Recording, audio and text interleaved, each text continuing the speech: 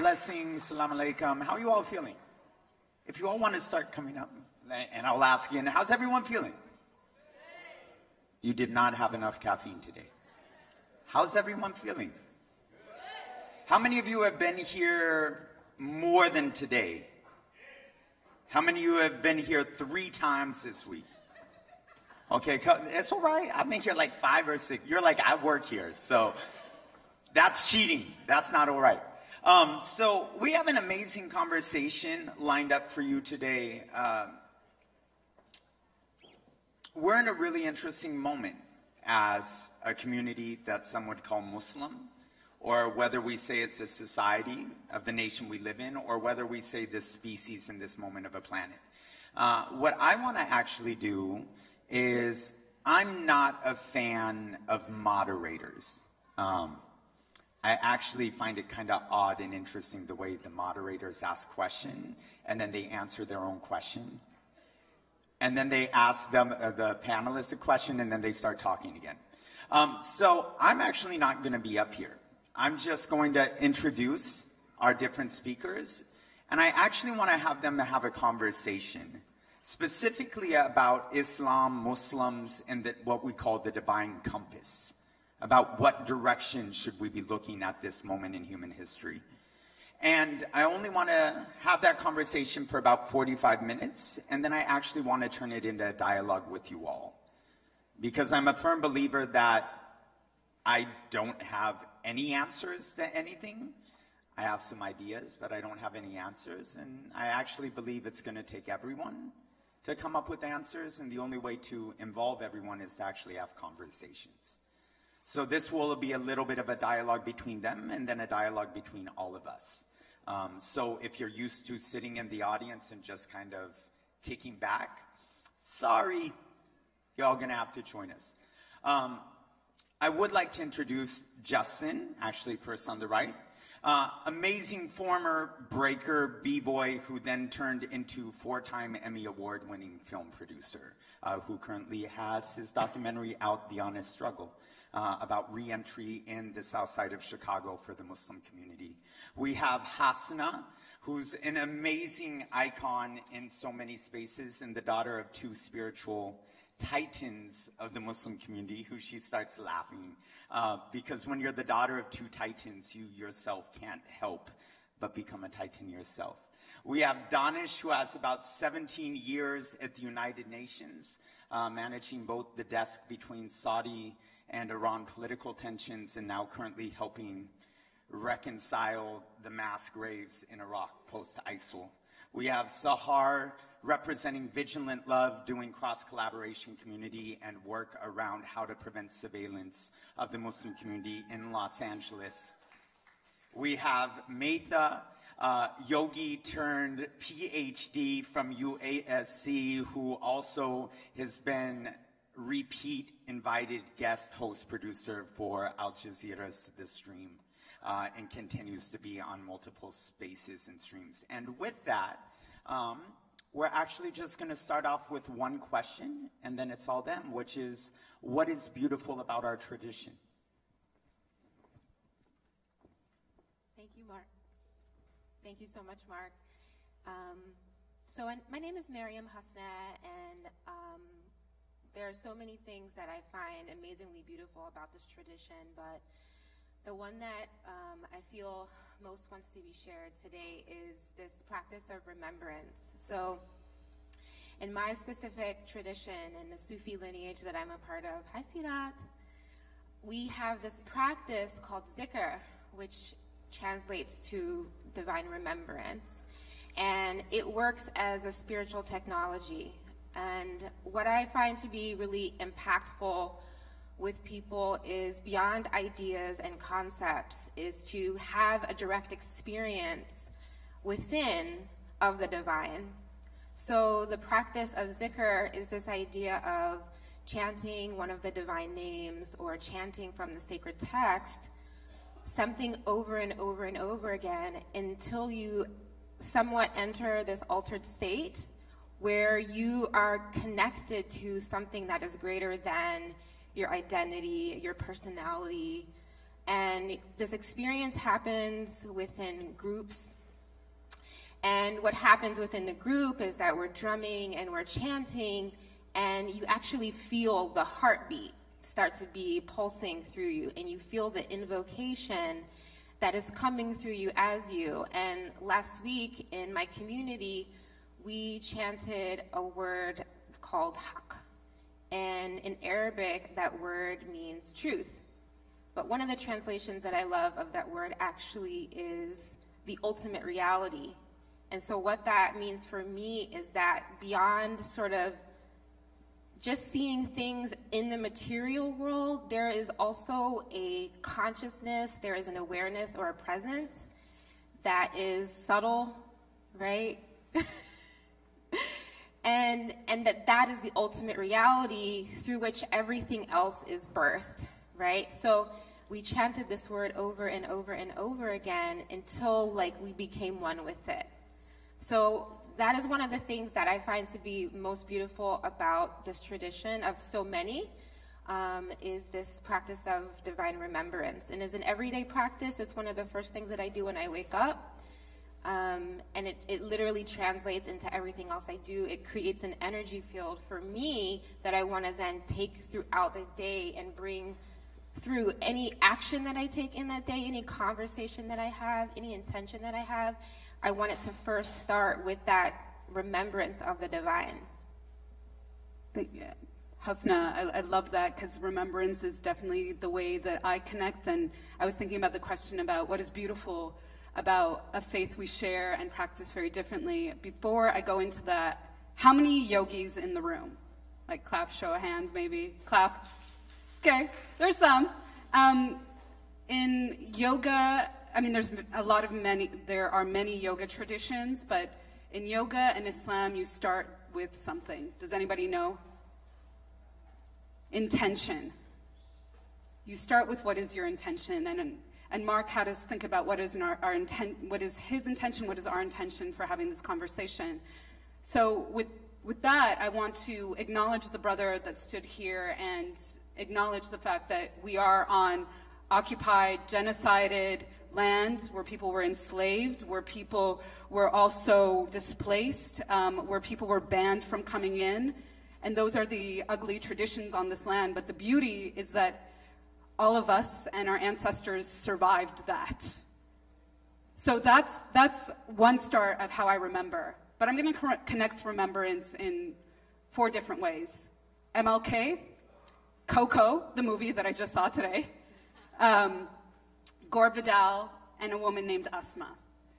So Martin Luther King, in his April 4th, 1967 speech, exactly a year before he died, he said this quote, "Freedom is still the bonus we receive after knowing the truth." Freedom is still the bonus we receive after knowing the truth. For me, part of that truth is remembering and connecting back to the divine and our spirit. And that leads me to Coco. Who's seen Coco? Sorry, I'm really into participation. And this one can sing Remember Me really well. What's the theme song? It's Remember Me. It's the power that we get from remembering our ancestors to help us in this life. It's the power of the unseen world that is guiding us through spirit guides. And that movie was so profound for me. I think I'm still gestating with it and gestating on how our tradition is connected to that. There's a there's a verse in the Quran that says, it's from this chapter called Al-Baqarah, it's the 2nd chapter of the Quran, that says, remember me and I will remember you. And the me is God. And it's a simple phrase, but it has a deep sort of currency to it. Because what happens when you remember? You are saddled with a truth. You're connected to the truth that transcends the lies of politicians. It transcends the way that we are supposed to forget what our country has done in so many places and on the land we stand. So it is very powerful to have a brother, an elder, stand up here and remind us what land we are standing on. And that takes me to Gore Vidal saying, this is the United States of amnesia. This is the United States of amnesia because we forget those things.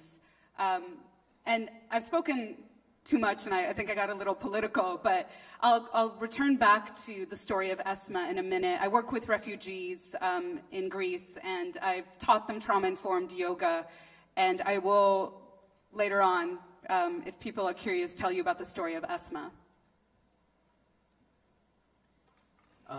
I think just kind of connecting back to remembrance, one thing I found that has been very personal to me in remembering our tradition is comes from the particular kind of school that I come from in the Shi'i school of Islam.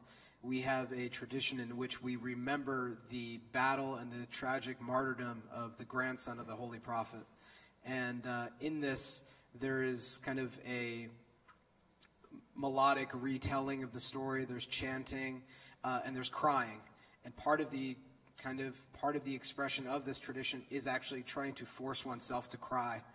And I grew up actually in a very secular household, and just kind of growing up as a, white American kid for the most part, being in a room full of, men and women, grown, and seeing a grown man cry, and a room full of grown men crying, did a very incredible, I think, service to who I am as a person now. And it's a very, it's a tradition and a type of remembrance that I hold dear, and can connect us back to the other types of tragedies and injustices that we see all over the world.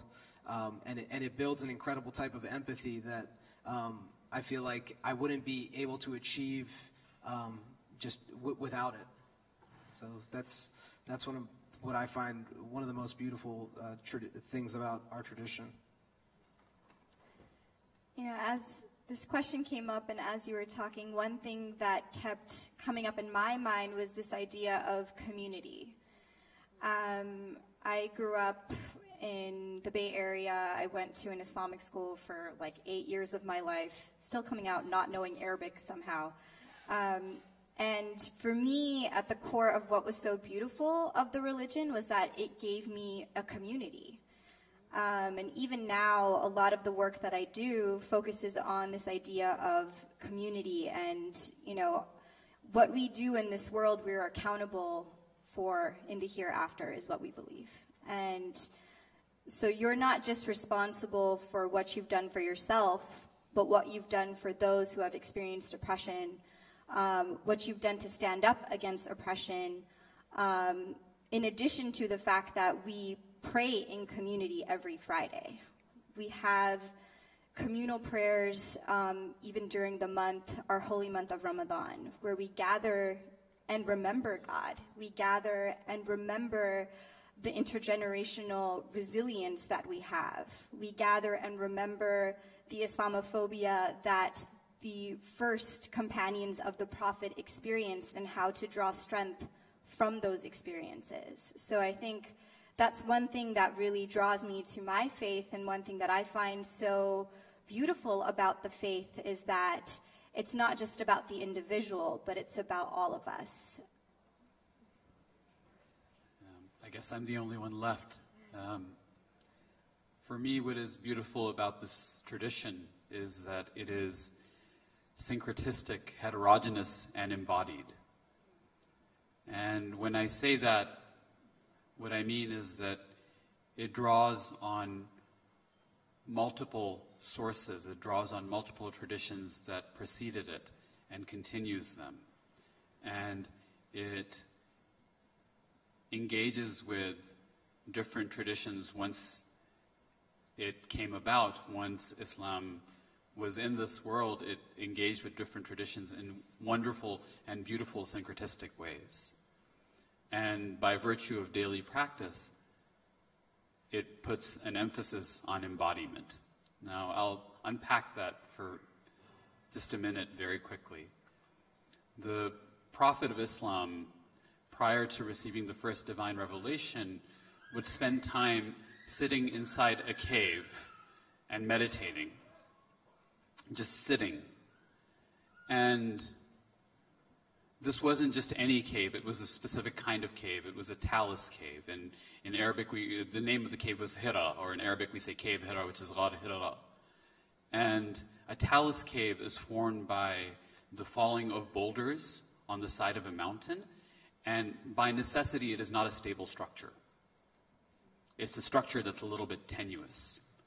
So here you have the story of a living being that's going inside this cave, sitting inside a structure that is not necessarily the most stable, sitting in a way with tenuousness, with uncertainty. And in that way, it links to other traditions also that preceded Islam. You know, in India, in places like India and elsewhere, meditation has a long-standing history. And it's a kind of spiritual technology, and that is also a facet of Islam. But to speak to the other thing that I mentioned, which is syncretism, you know, wherever you go, wherever there is, Islam has been, if I can use this term, indigenized in many, many different contexts. And in each context, it has been indigenized in a very specific way. So, for instance, the way that people dress, Muslims dress, however they self-identify, I suppose, self-identified females, the way that they dress in a place like Senegal or in a place like Indonesia, draws very, very specifically from local traditions that precede Islam. Not just this, but in daily practice also. You know, they incorporate elements of what existed before. Even if we look at, in a very strict way, what is canonical Islam, right? In a very strict, almost purist way, it draws heavily, heavily on traditions that existed before it in that area. And that, for me, that kind of continuity and that kind of heterogeneity and syncretism, for me, is very helpful, because one of the questions I often ask myself, and you know, the way I comport myself in the world, is how am I to be? How am I to be in this world, given everything that I see, all the suffering that I see, all the suffering that I experience within myself? How am I to be? And Islam, for me, is a perfect example that I can open my heart and draw from so many different things that might be helpful. And the last thing I want to touch again is the embodiment aspect of it, that it is an embodied tradition, meaning that it puts a focus on embodiment.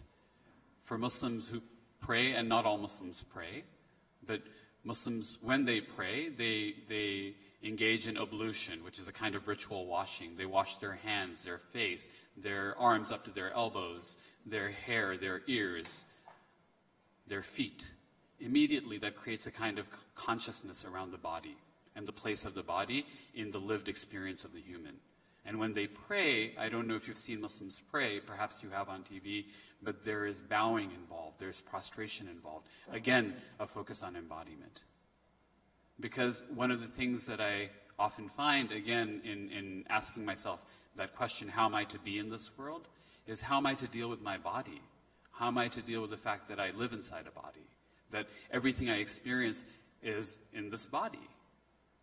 How am I to deal with that? And how can I be more conscious of that? And how can I know what my body tells me?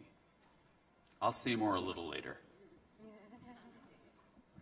I think that there was a question we were discussing in the back, and I think it actually connects to this theme that was brought up in the beginning about remembrance.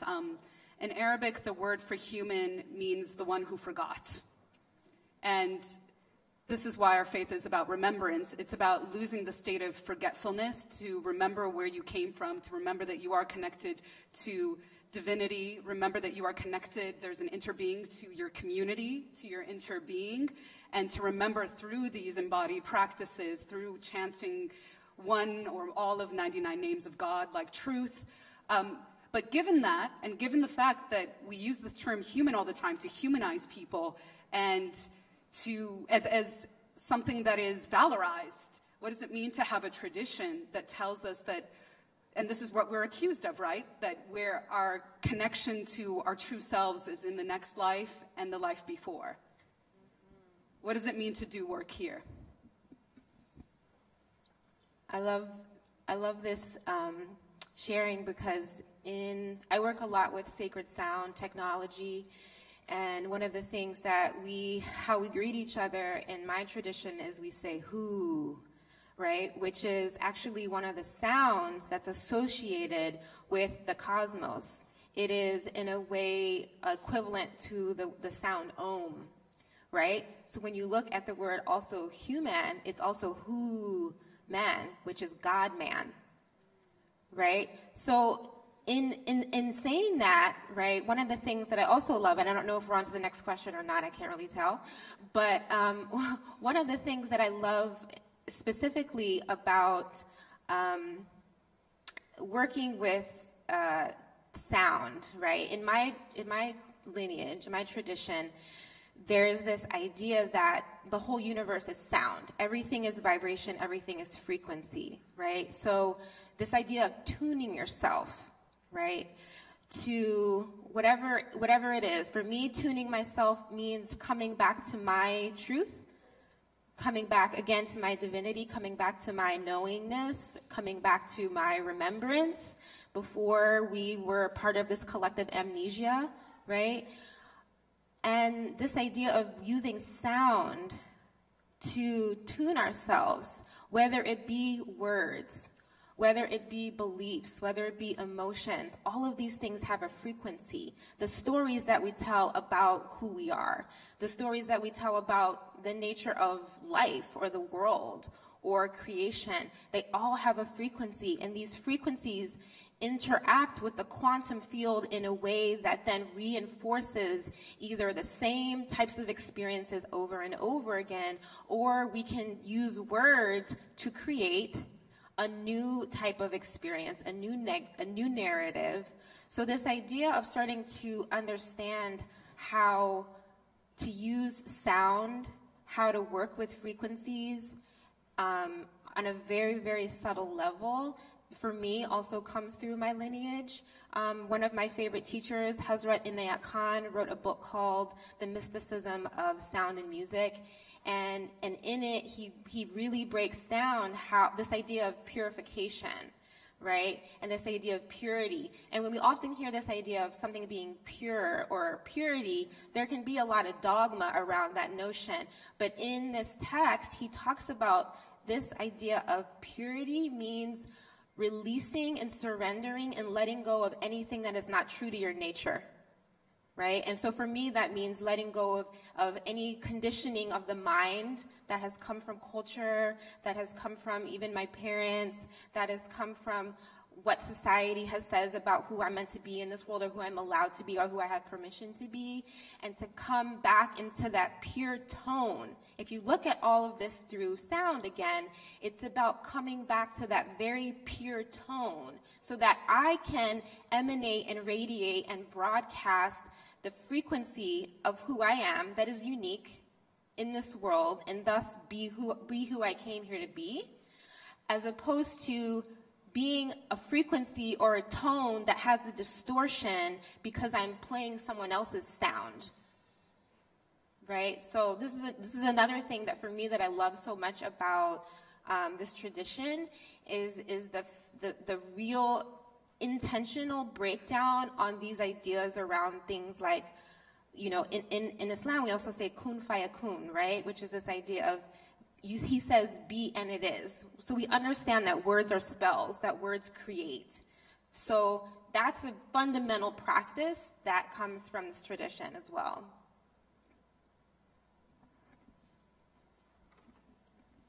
Thoughts, folks?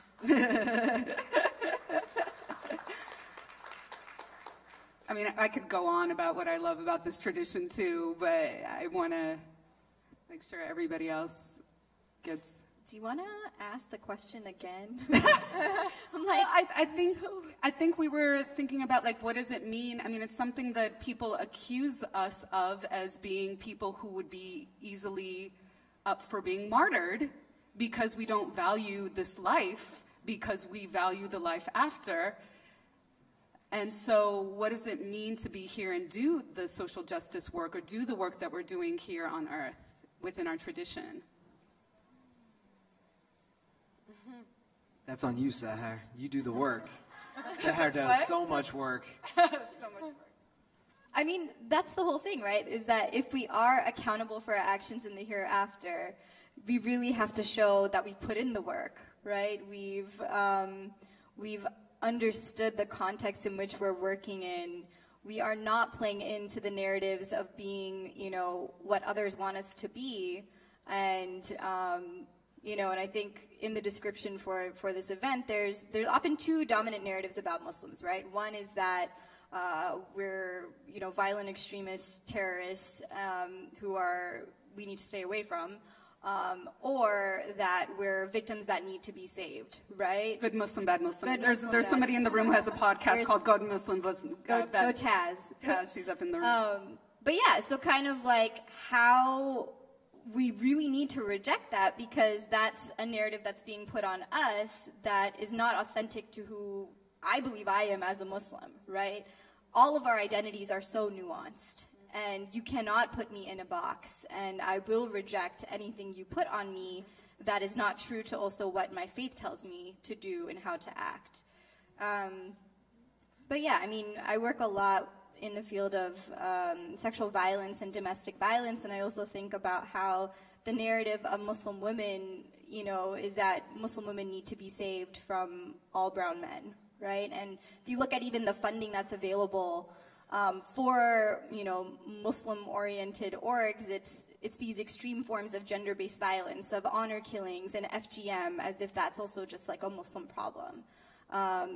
Or you have funding, which I hope you all will join us at the next city council meeting. There's a vote going up for a CVE grant, and CVE is countering violent extremism, and the grant would provide funding for community-based organizations to offer mental health services to the Muslim community. And it sounds all dandy, but it's still in the vein of countering violent extremism, as if we are prone to violent extremism, as if we are a national security threat.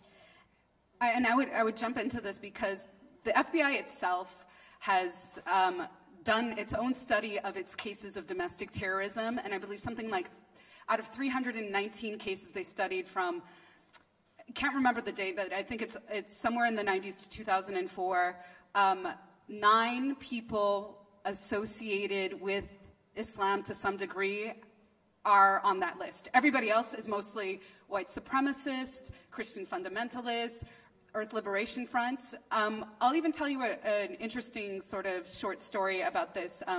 My dad says 8/22 is our 9/11.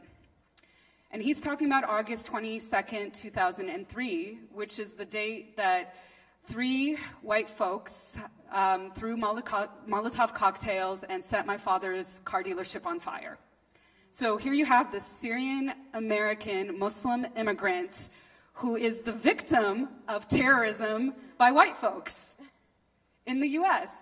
You can even look up this on the FBI's list of domestic terrorist cases. So we are treated as the purveyors of terrorism in the US. DHS, Domestic Homeland Security, even one year said that their biggest concern for possible rising terrorism in the US was black folks who converted to Islam in prison.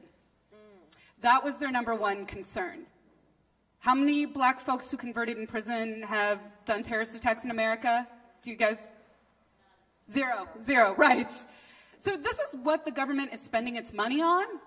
Like $2 million, right, for this, or what's this grant? $10 million nationwide, and then $500,000 for just the mayor's office in Los Angeles. So you're really talking about, okay, let's break this down, and you can, you probably know the details on the numbers, but I believe ISIL in Iraq is smaller, their militia, smaller than the membership of the KKK in the US. So we don't get these facts. This is what we mean about, like, these are little facts, but if we have these details and we're exposed to unlearning what we're supposed to forget, that, I think, again, is like the undercurrent of remembrance. And I appreciate all the work that you do, Sahar, because we are sitting between a rock and a hard place around the good Muslim, bad Muslim narrative. just to kind of speak on your point a little bit about, value and, why should anybody value Muslims when we don't value our own lives or the sanctity of life. You mentioned, black Muslims in prison, and the recent film I just made was about a man who was a gang chief in Chicago, and how his entering the prison and him coming back to society. Just in my research of the film, just finding the incredible benefit and value that Islam has to incarcerated people is very powerful. And the story that we continue to hear, if you ask so many, even people that weren't incarcerated, of Malcolm X and his story of transformation and what he did for his community, the effects of it are still being felt today. And that legacy is so powerful that it empowers those who have come out to actually want to help others that are coming out of incarceration. So there's a great organization in Chicago that is not funded by CVE called Iman. Iman in Arabic means faith, but it's also an acronym for the Inner City Muslim Action Network. And they have a home specifically for people that are returning from prison, and they call it actually a leadership home. They don't even use the word transitional home. And they take men who have shown leadership inside of the prison and bring them on the outside and getting them involved in programs like Ceasefire and rehabilitating homes on the South Side that were victim of the foreclosure crisis, and handing out food and bringing people blankets in cold weather. I mean, it's something that we don't hear these narratives, right? When we talk about Muslims, kind of the mainstream narrative is just like, well, Muslims are foreign terrorist entities, right? Where I believe the 1/3 or over 1/3 of the Muslim American community are African Americans, right? And they've been here for much longer than a lot of the immigrant communities that have been here. So I just kind of wanted to add that as to saying, like, unfortunately there are a lot of narratives that are out there that it's just not getting told. And it's part of my work, and my intention is to expose these stories and empower these stories so other people can see just like these one-sided narratives that are coming out. They're very strategic, and it's just a totally backwards picture.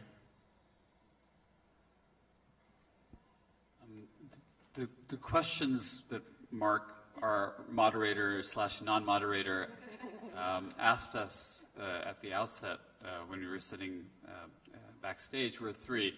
What is the beauty of the tradition? What is the necessity of the now? And what can this tradition teach other communities that are feeling vulnerable? Those were the three questions. And I've been meditating on stage, perhaps somewhat visibly, on those questions. And I suppose what I want to share is, as far as the necessity of the now is concerned, sitting from where I sit, which is a position of being, in some respects, under, as someone who comes across as a brown Muslim man that was born in Saudi Arabia. These are all facts about my life. Is subjected to a particular kind of gaze, and at the same time, insane and inordinate amounts of privilege. And when I say privilege, I don't mean just gender or education, but also privilege by virtue of the fact that just by accident in my life, I'm connected to many, many elders who have guided me through very many difficult things, very, very many difficult turns in my life, having to do with loss, having to do with uncertainty, having to do with various inclinations towards self-harm. Sitting from where I sit, I suppose what I want to say more than anything else is I should add, sorry, sitting from where I sit, I should also add that I work at the United Nations. So in the way people say many, many, many different things about the United Nations, but in a way it's a giant mirror for the world. And it's not far away, it's up close. Because all the greed, the aversion, the delusion, all that exists is concentrated. And you see all the machinations and all the, contrivances, everything coming together in terms of how people behave toward one another, and in particular how governments behave toward one another. And perhaps we can, at a later stage in this conversation, also touch upon what does a post-government or post-nation-state world look like. Would that be better or worse? We can have that debate also. But sitting from where I sit, what I want to say is that everything that is systemically harmful is not visible to all of us, but visible to many of us, especially those of you who came out to this kind of gathering. Those of you who walked perhaps through the art gallery outside, maybe there is a level of consciousness there, or awareness, or the new term being woke, right? You're aware enough that of what's going on, and you saw all the art outside. How are we to be in this world with all that?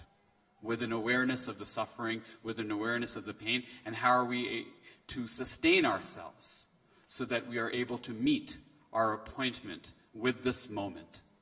That is my question, right? Because I'm asking you this, and perhaps there isn't really a separation between the panel and the audience. I'm just one of you. I'm not separate from you. Any separation that whatever, this is an illusion, and it's kind of silly that I'm sitting on this high chair. I feel kind of foolish, frankly. But I feel depleted because I'm aware of it. I'm aware of, let's say, the 108 mass graves in Iraq, one of which has more than 4,000 bodies. This is the work that I do as part of my day job. At night, I work as an artist. But I'm aware of the trauma. I'm aware of the pain. How am I to sit with it? And this is why I mind the tradition, not just the tradition in which I was raised as a child in Saudi Arabia, but other traditions as well. This is why I offered the example of the prophet sitting inside a cave, the very structure of which is tenuous. Sitting with uncertainty. Sitting not knowing what's going to happen. And not pushing away those feelings. Not being reactive to them either. Not numbing through drugs or alcohol or sex or social media or anything else. Not numbing, but meeting them and being responsive so that we have the capacity to meet our appointment of the moment. How do I create a kind of internal capaciousness? And this is what I care about, and this is one of the things that this tradition has given me. And what I'm talking about is a longer conversation. In this format of exchange, in a short panel, it's hard to really get into it. I can point to it.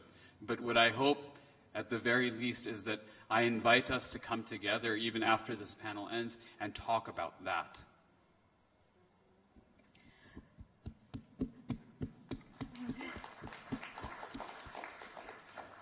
I feel that what I want to share really feels very aligned with what you're offering. When I heard this question, the necessity of now, I was laughing because I was like, wow, okay, the way that I perceive this question is like clearly so much from the point of view of a mystic, right? So for me, when I hear the necessity of now, it's a call, it's an invitation back to remembering that the eternal moment is now. So what that means for me, and then it's like, okay, so how do we do that, right? So what that means for me is that in every moment, what I do when I feel, let's say I feel triggered by something that I'm seeing, that I'm perceiving, or an interaction, what I know, what I'm aware of, that means is that there is something that I've already previously experienced that created some kind of psychological or emotional or energetic charge that gets stored in the body, right? So when I'm triggered, what that means is that I'm actually not in the present moment. I'm in the past. And I'm perceiving this experience through the lens of that program, through the lens of that emotional charge.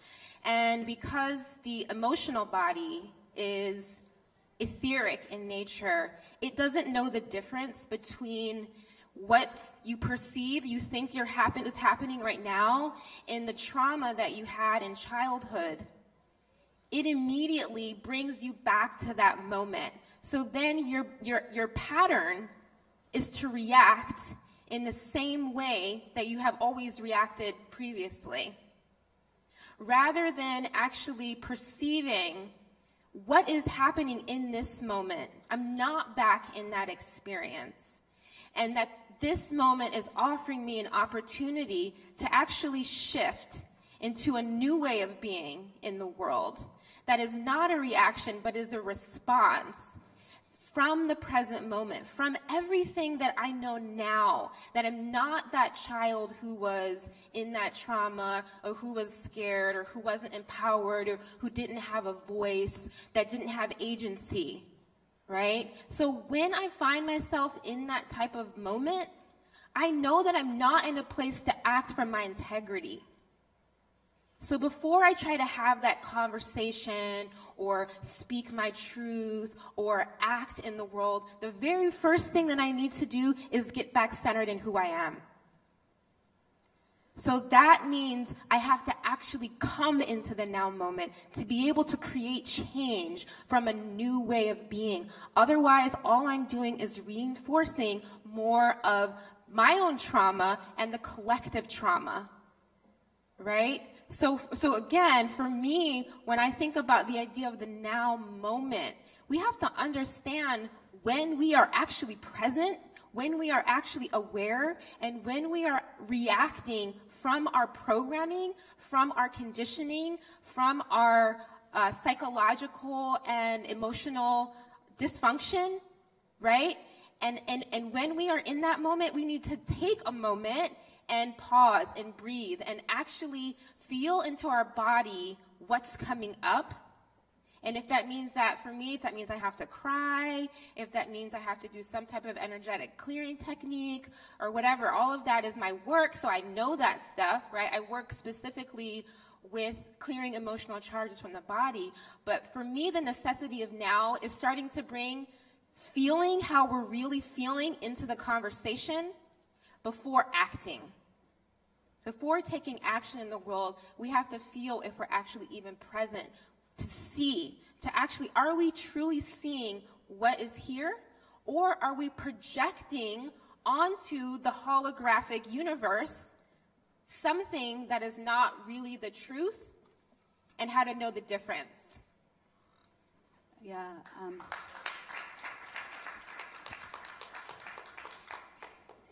I'm also thinking about the embodied experience and the necessity of the now, but more specifically about two things. One is deconstructing the patriarchy within, and in a lot of ways, in one way, our language that we use, just casually. So what's a very common phrase we say in these spaces? Speaking truth to power, right?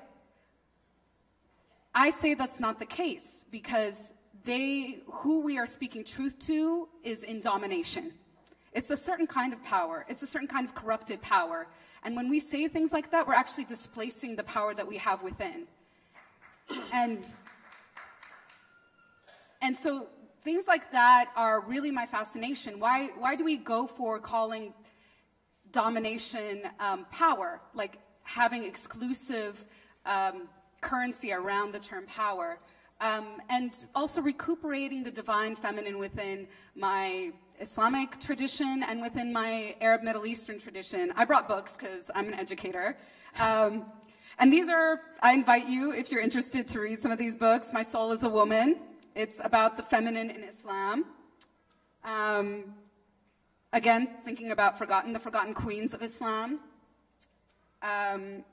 Women of Sufism, A Hidden Treasure. And for all of you too, I'm sure most of you have read these books too. But so the second thing I'll say in terms of an embodied experience, my question always is, what is it going to take Americans to take interest and culpability for all the militaristic destruction we've done to people that we're connected to? Thank you, Marina. And I say this because, you know, I talk about the Middle East and the wars in the Middle East a lot, but we truly are a community that feels very diasporic. And I think that's why there's a desire to always domesticate us, because we are connected to communities in Iraq, to Libya, to Pakistan, to Libya, to Senegal, to Burma, or to Myanmar. So we know about what's happening to the Rohingya in Myanmar. We know what's happening to Shias in Saudi Arabia. We know what's happening to communities in Mali. And we're so intimately connected also to what's happening in Palestine. And when we see what's happening to our brothers and sisters in Iraq, it's heartbreaking. A politician who actually was very high up at a certain point confided in me and said she was around for the vote on Iraq. And she said that was one of the worst mistakes we've ever made in our country's history. Did somebody say question? For sure, thank you. And why do I say that? We don't even know. We never got images. During Vietnam, we got images of what was happening and the war stopped. The war is still going on over there. And I'll connect back to the story of Asma. Asma, I was on the Greek island of Chios, and she came with her husband. She was there, and she said, guess what? And I said, what? And she said, actually, I was supposed to come to the States. I was cleared to resettle as a refugee, but what happened? The Muslim ban happened. And this is the story of Asma. She was pregnant. She's like 22 years old, and her husband has a chronic illness. And so they were cleared to go to the States, vetted extremely, like most refugees are. And she was notified of the date that she was supposed to depart Turkey at this point. And that date was going to be too far along in her pregnancy, so they had a decision. They would either be displaced from Turkey and have to go back to a country in shambles, especially to an area that they're under threat of being killed, or have an abortion and start a new life. So Asma had that abortion, and they were denied entry into this country. And she said, please tell my story. So, and I felt that, and I literally, and I kid you not, I was there for a month, did a lot of things, but I literally carried the trauma in my belly. I had a second, third trimester pregnancy by the time I got out there, belly. And it's taken me a while to move all that out, but just the stories there and trying to figure out how to make that palpable to folks so that we can think about how we link that to the ways that our militarism is taking away from communities here and making us poorer and making us even more afraid of each other. I'm still trying to think about how to connect that in an embodied way. And I guess that's always a question at the front of my mind in terms of the necessity of now, because we have to realize that more than ever right now, in terms of a post-nation state, in terms of what does it mean for us to really have this moment of interbeing and say that, like, what happens to Asma, what happens to me, what happens to you, that hurts me really deep inside. And we don't want to support folks that want to continue the division of all of us.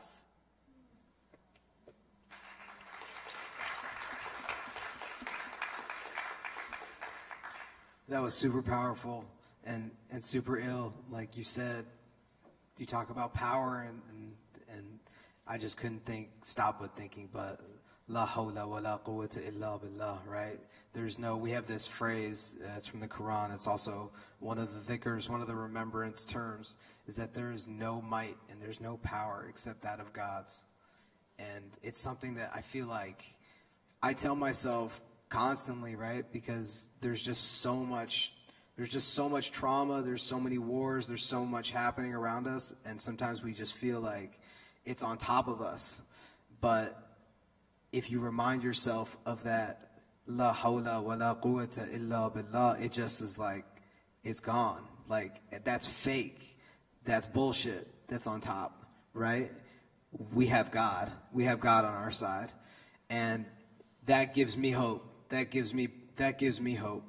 after hearing a story as tragic as that, that's something that gives me hope and gives me power. So I just pray that other people can get close to that and can remind themselves, because if you don't, I think you can just lose your mind, or lose your mind in another type of way and just become complacent. Just say, hey, let's go forget about it all. And we're better than that. I think we're better than that. So I pray we're all better than that. I would love to offer one thing, because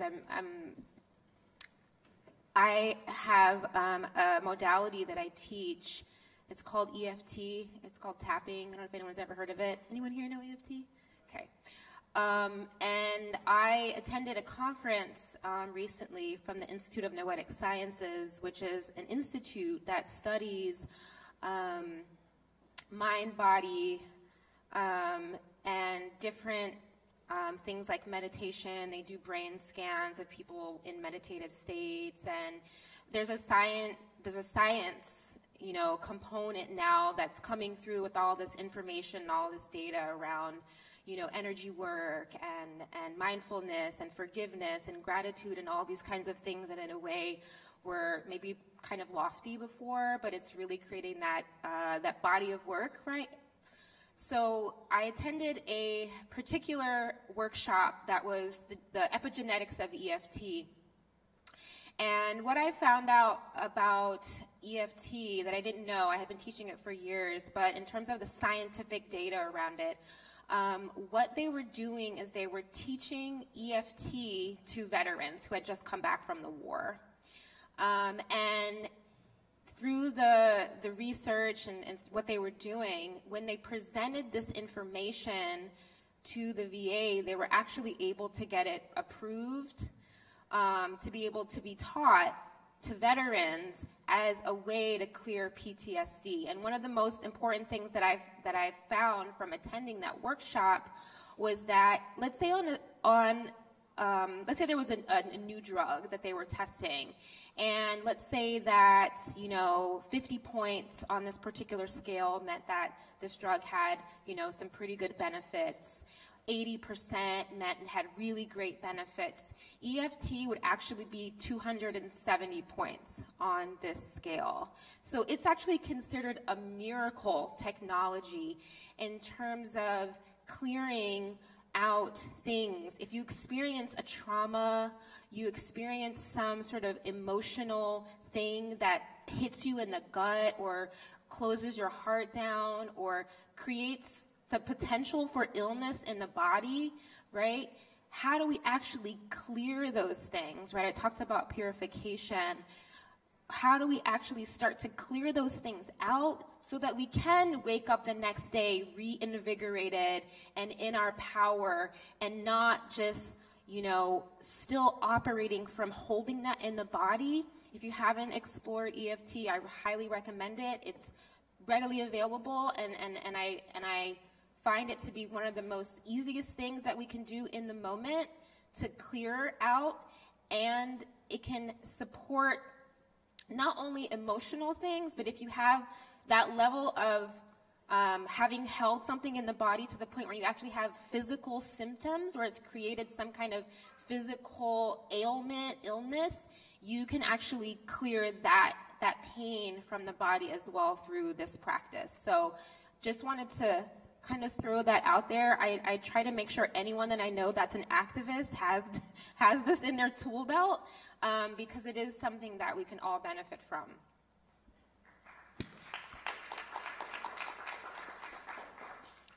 I wanted to talk about how trauma is around us everywhere, right? Just being a Muslim woman visibly walking in this world is a trauma. And one of the things we're trying to do in Vigilant Love in particular is come up with a healing justice framework so we don't recreate trauma in doing the activist work that we do. Knowing that trauma is almost inevitable, right? What are some little things that we can do to address that and to create spaces of healing, to create spaces where grounding is the norm? Something so simple as every time we gather in community, doing breathing exercises, doing grounding exercises, making space for prayer, where you don't have to fear when I'm praying in a public space or praying in a communal space, you know, am I going to have to explain myself after? Or am I going to have to worry about somebody coming and attacking me or questioning whether I have the right to do so or not?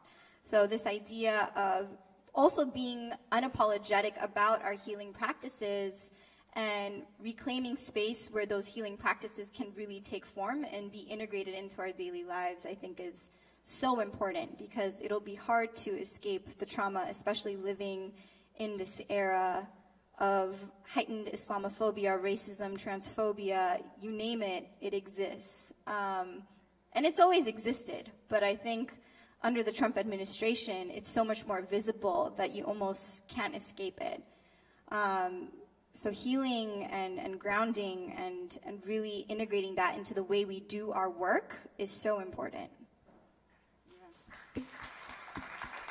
And I know that, five times a day, some Muslims break to remember, and we actually, it's one of the prayer times, so usually we stop around there to take a break from all of it and remember to connect, and I thought that was a beautiful thing for us to acknowledge for the rest of the folks who are not connected to the tradition. Should we ask questions? I think Yes. Mark wants So, to. I actually wanted to open up this space for the audience to ask questions, and I wanted to frame a couple things first. There are currently 7 billion human beings on the planet. 1.8 billion of them are Muslims. So 20 to 25% of the human race on this planet practices the tradition known as Islam. When we look at the United States, 3.5% of the population is Muslim. Yet if you look at the news and you look at the executive orders, we get an enormous amount of, quote, love. Disproportionately so. So the question and why we started off with what's beautiful about this tradition for me begins with, what is it about this group that is such a small part of the United States but gets so much focus over and over and over? And so some people would go back to 9/11, but that doesn't account both the surveillance or the attacks or the hate crimes prior to that, throughout the 90s. Some people would then point to the Iraq War, but that doesn't account the hate crimes or the U.S. foreign policy towards the Middle East and South Asia throughout the 1940s.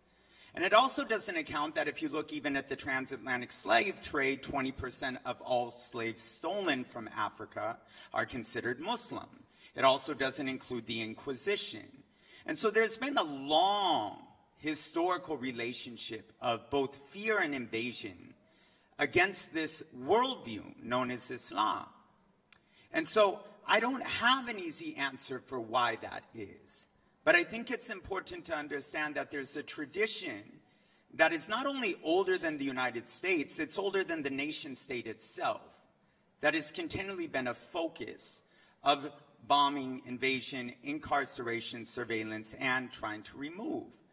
And to me, one of the things that always starts with, though, if someone is always trying to paint something so ugly, begin with the question is, what is beautiful about it?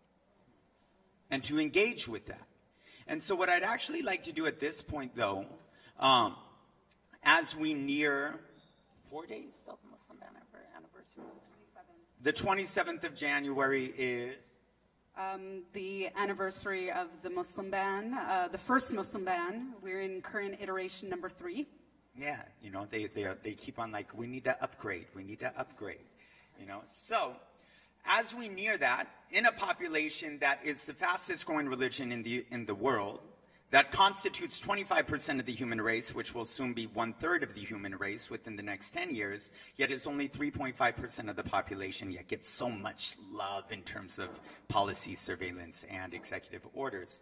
I'd actually like to open up for what questions you all may have, whether about this moment, the necessity of now for the Muslim community, whether questions about the tradition of itself and that long history, or even just, again, for me, often people are always, how can we help you? And I'm always interested, like, no, like, for a group that's older than all of this, it's like, what can we actually offer other vulnerable communities? So questions, comments, concerns, aspirations, hope, dreams, visions, all of the above. That was quick. Usually people take a moment to get up. Thank you. I was going to talk about Miguel and Coco a little bit, but you came up real quick. You can do that. Assalamu alaikum. Alaikum salam.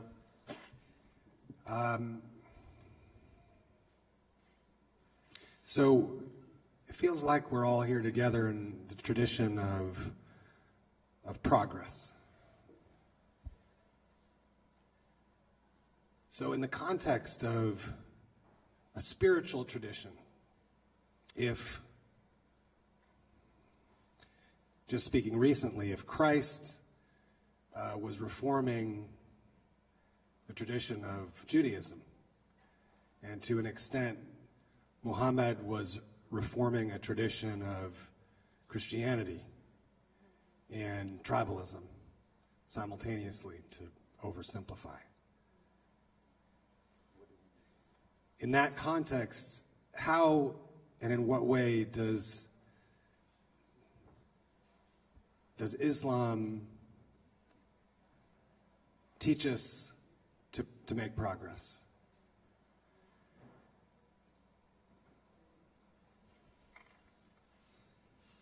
What does it teach us, and how can we learn from the tradition of Islam to bring ourselves into a greater state of consciousness, of harmony and justice? I think there's a lot of ways that we could talk about it, but maybe just one in short, I would just say, is the retribution of the idea of the self and the ego, I think, is a very relevant one to kind of our modern world. The idea of it's not all about you, and it's not all about you, and it should be part of it's part of our daily practice of humbling oneself from that idea, right? Is that we are all one, we are all created by the one, and just because, you know, we have a little bit more money than somebody else doesn't mean that we can have our way with the world. So I would say that that's one. I think maybe all the panelists would probably have something that would speak to them that would just maybe jump out. You took my answer. So my specific path is the path of oneness. So I'm actually part of a multi-religious community that is Sufi dervishes, Coptic Christians, Jewish mystics, Jewish priestesses, and many, many more and beyond. And what I love so much about my community in particular is that we honor what is unified within all of the traditions. And the idea of like Muslims and Jews and Christians like all praying and playing together, some people are like, I don't see how it's possible. And for me, it's like the only thing that I know to be real and true, not only because in my heart this was a knowing that I had, but also because like I'm immersed in this community and we create together, we teach together, we pray together. When we sing songs or when we chant, we create lyrics that go from Arabic to Hebrew to English. And it's just a weaving in of all of the things. And we have the same narratives. That's the thing. And when you look at things through the lens of oneness, right? For me, my last name is Tawhidi, which means that like it means oneness. So in a way, like before I came here, I had a plan that I was gonna honor oneness and embody it. And at the same time, for me, one of the biggest things that I think that happened that was a shift for me was in being a seeker. I was always seeking God, right? And it wasn't until I realized that my search for God was always a search for other. right? It wasn't until I dropped this idea that God is something outside of me that I then began to be able to actually perceive God in all things. So for me, this idea of oneness is first, this idea of the supreme being, source, God, consciousness, the universe, whatever name, chi, right, whatever name, the Tao it needs to have, it's the same life force energy that flows through all of us, and we're all created from the same source, right? We're all, in a way, different eyes through which the creator is perceiving this experience in order to come to know what I am, right? That's how I see the reality of this universe, right? And for me, again, La ilaha illallah, coming back to the idea over and over and over again, whenever I feel stressed, whenever I feel lost, whenever I feel unsure, overwhelmed, La ilaha illallah, there is nothing but the one. That, for me, cancels anything else out. And when I come back, when I come from that place that is not separate from me, it's not something I need to connect to, or it's not something that I need to seek, right? I'm not separate from it. When I then allow everything else that is false to drop away, that's all that's left is La ilaha illallah. There is nothing but the one. And when I started to see it through that lens, every other tradition revealed itself to me. The Advaita tradition, the Taoist tradition, all these other traditions, they're not different to me than Islam, right? That's the way that I experience it. Yeah. I'm just going to represent my own views. I think there are a lot of ad campaigns in Islam, like we are the reformers of these Abrahamic faith traditions. I don't see history so linearly. I don't see it in a progress model. A Tunisian sociologist, one of the oldest sociologists, named Ibn Khaldun, had a circular view of history. And I think it's interesting that when we talk about revolution, revolution is a revolving sort of image that I get in my head. So I think about us, the circle of the return, and thinking about what this tradition is teaching us. And I see all these moments and people coming with messages as reminders, and I don't like to think about or play into who came to change what to make it better, because that indulges a linear model of history. And I also have been more compelled to also see Islam and Christianity and Judaism as like African and Eastern traditions. And so I think sometimes we also see Christianity and Judaism as a Western concept, but it came to Europe super late. And it allows sometimes us as Muslims to fit into the good Muslim narrative by saying, guess what, we're just like you in the West, like the Christians and the Jews in the West. Where did they come from? You know? So for me, I like to think about the syncretism, the hybridity. Where is Islam bringing that message of brotherhood from, right? What was that? Oh, I didn't know if somebody was saying something. Where is Islam bringing the tradition of honoring women or emphasizing remembrance? Similarly, the same questions I ask when I see our prayer look very identical to the sun salutation in yoga, to Surya Namaskar A. So those for me are how I fit within a tradition that is part of a multitude of traditions and has been informed historically constantly. And we always say that this is an ever-living and ever-evolving tradition, and sometimes we say Islamic traditions because there are so many, and I think sometimes the lie is that there is only one way and one exact way to be. And again, this is where I go back to kind of deconstructing patriarchy, because patriarchy will tell us this is the way, and this is the only way to do it without acknowledging so much of the population and divine feminine energy that rests in all of us. So.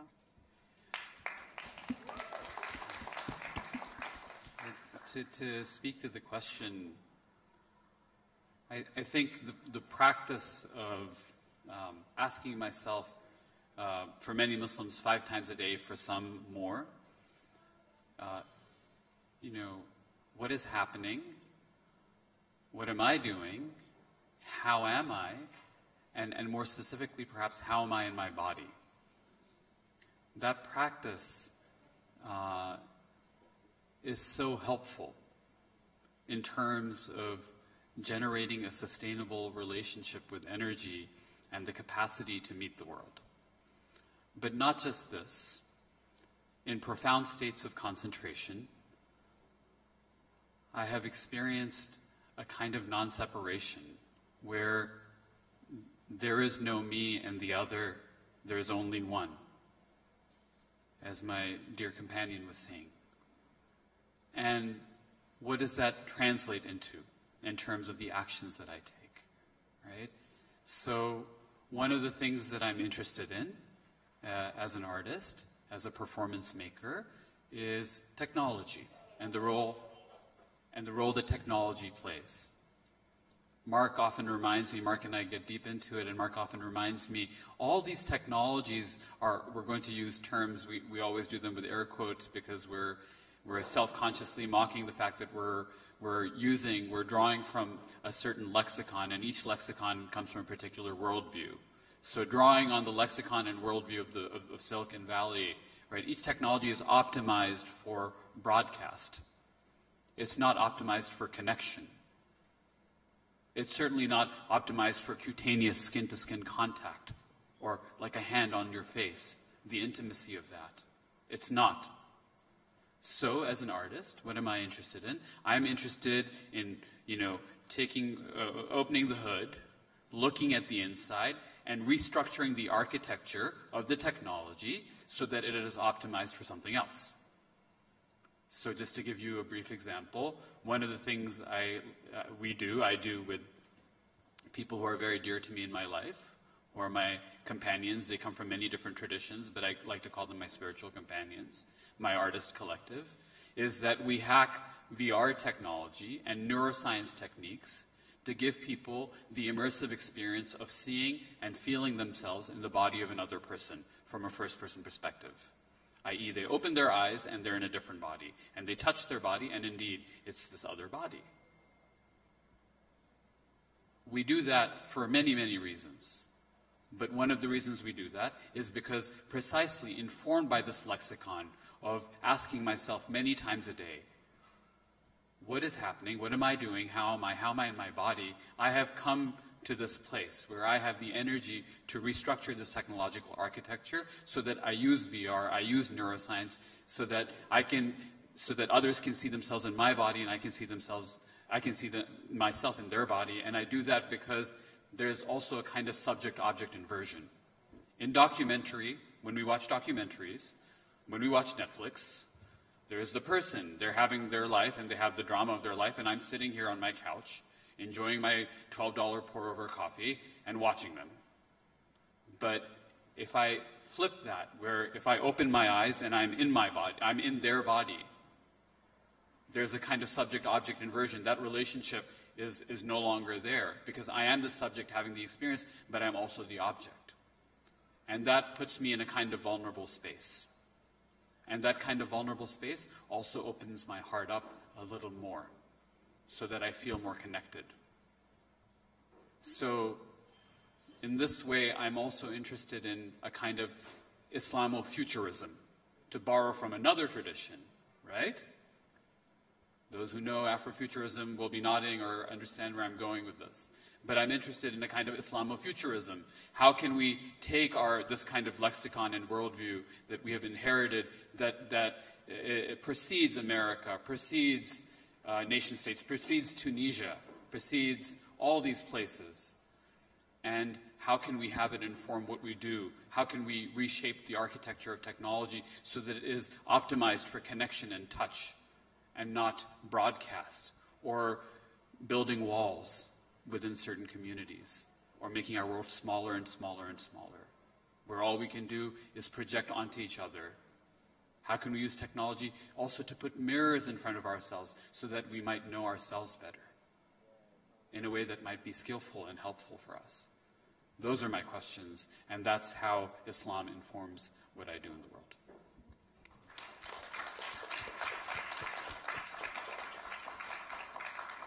Any other questions? Yes, sir.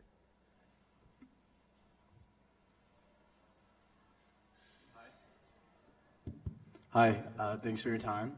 My name's Azim. I'm volunteering here at the event. I grew up in the Ismaili Muslim tradition, and I don't consider myself religious really at all, but growing up, try to keep it really short. Growing up, the FBI showed up at my house after 9/11. I was called a lot of things in middle school and on and on and on till today. And so really my question is, because it feels like the hate never stops, whether it's here in America or even in India. So what could people like myself do? What could other Muslims do here in America that will kind of alleviate that fear, tension of people that we work with, people that we associate with on a daily basis, without coming off as like threatening or without coming off as just like too over the top? Because it's something that I think is so tangible, but also is sometimes a bit taboo to talk about if you don't know someone too well. So how do people like myself go about that? Open carry. No, I'm just joking. That's a joke. It's a joke, right? Open Stand carry. your ground. Stand your ground. I just think, thank you for your question. I think it's something, I ask myself every day. One thing that I feel like has been helpful to me, and you said you also said you don't consider yourself maybe a religious person, but my physical self doesn't necessarily inform people, or people don't even stereotype me as being Muslim. So generally, when I'm working, or I'm working with people that aren't Muslim, and it's time to pray, it's like an awkward situation, right? Because I'm like, all right, well, I'm gonna make my prayer and say my prayer, and then all of a sudden it's like 21 questions. Like, what the hell's going on? What do you mean you're gonna pray? Do you have a prayer rug? What's going on? But I feel like just that act in itself of actually just public prayer is really powerful. Whether you do that in any form, or people do that in any form publicly, I think is powerful, right? Because I think prayer is a universal thing, and you don't have to necessarily be Muslim to appreciate it. And when you see people pray, thank you so much. When you see people pray and you see people in a vulnerable state, it does something special to you. I remember I was working as a janitor in high school, and the woman I was working with, she was a Christian, and she kind of opened up her food, and she just kind of paused and started praying. And in the Muslims, we're supposed to say a short prayer before we eat, but I had actually forgotten to say it. You don't necessarily say it out loud. You just say it to yourself, Bismillah ar-Rahman ar-Rahim, in the name of God, the Beneficent, the Merciful. And this lady, and it's something I always do very privately. I never do it out loud. And this woman had stopped, and she was praying silently, but very visibly praying.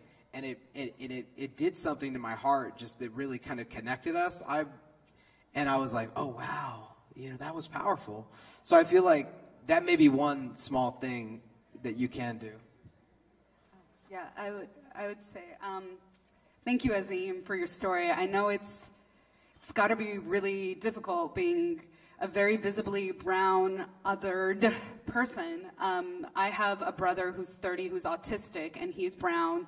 And my deepest fear is that he starts to have one of his panic attacks when there's law enforcement. He's had an issue with law enforcement at a mall who escorted him out, and my mom, he has to be with my mom, and my mom didn't know where he was for hours, and I can't even imagine what would happen if things escalated. And of course, I shared this concern with my friends in Black Lives Matter movement, who also have similar stories around walking around visibly black, and my sisters who walk around with the headscarf. And I have the privilege, I guess, of being thought of as an other that they don't know, so they'll always ask me, where are you from? No, where are you from? That type of person. So I would say this. My father, he came here in 1968, and he went to school at Cal Poly Pomona, which is local here. He was a resident advisor, but every single day that he went to his dorm, he was called a camel jockey. Every single day. I didn't find out the story till maybe like a year ago. And then he said when he was working as a busboy at the cafeteria on campus, he was promoted ahead of his white peers. And one day he walked into work, and early to work, and somebody had jumped him and walked over his back. There were his 2 white coworkers, and he was in rehab for 6 months. So I know the threat is real, and my father didn't even understand that this was a connection, and this is all before 9/11. And I've heard stories of my brown brothers here who, when the first Gulf War happened, were just beat up and bullied at the school, sand pit, just as like 10-year-olds. So I understand that, and I would say that if my father and all these other guys survived, we can survive, and we have harnessing the power of our survival, harnessing the power of all our ancestors. I know that Ismaili tradition has also beautiful stories around surviving persecution. So I encourage the connection around that. So, and I don't mean to dissipate or diminish anything that you walk around with, but also to know that fear is information. It's giving you information, but it's not going to give you the answer for how to operate in the moment. So try to balance both of those things, fear and being fearless, through the fearlessness of your ancestors. And on that note, 2 things. One, can we give a round of applause to all our panelists in our conversation? Can we give a round of applause for the organizers of Into Action on the last day, who haven't slept for like 7 days straight? Thank you all for being present, and thank you all for being in conversation versus just in a space where people throw information and you're forced to download it, and then everyone goes to a phone and then downloads more information from Twitter, and then goes home and downloads more information from their television. It's like, I say that because in using the term Daanish was using, like the only way a connection technology happens is when 2 broadcasts have an interface. And the human interface is dialogue. And so I just invite you to have a conversation with everyone up here. How many of you know Grace Lee Boggs before she had passed the term? Grace Lee used to always ask those of us who had been able to sit with her, what time is it on the clock of the world? It's the end of the Industrial Revolution. The world is being remapped in real time. What time is it on the clock of the world? And in the conversation of one era ending, what comes after? And so I invite you to just ask that in whatever way you ask it, whatever identity, community, space, organizing, belief system, you ask that, to really ask yourself what comes after the Industrial Revolution, because I think that's where a lot of fun for all of us is going to happen.